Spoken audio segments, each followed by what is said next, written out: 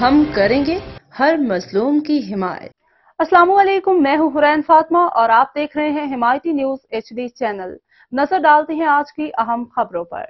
بھارتی جارحیت کا منہ توڑ جواب، پاکستانی قوم کا افواج پاکستان کو خراج تحسین۔ UC 6 صالح محمد گڈاب ٹاؤن بھارتی جارحیت کے خلاف پاک افواج کی جانب سے بروقت اور مؤثر کارروائی نے دشمن کو تاریخی شکست سے دوچار کر دیا۔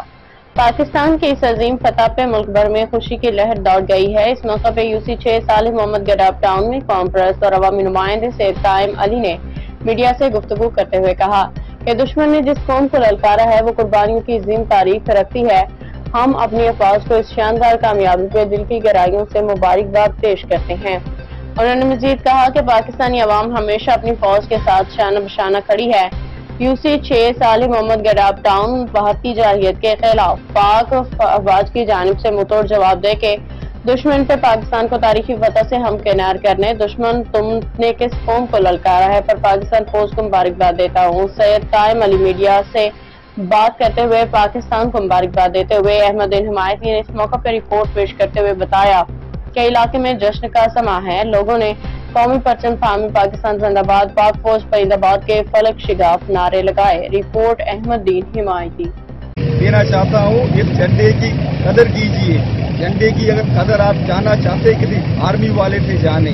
سارا دن جب جھنڈا گرنے سے پہلے جب آرمی والا گرتا ہے تو جھنڈے کی آپ قدر کیجیے۔ پاکستان نے ہمیں کیا کچھ نہیں دیا ہے، ہماری پہچان پاکستان ہے۔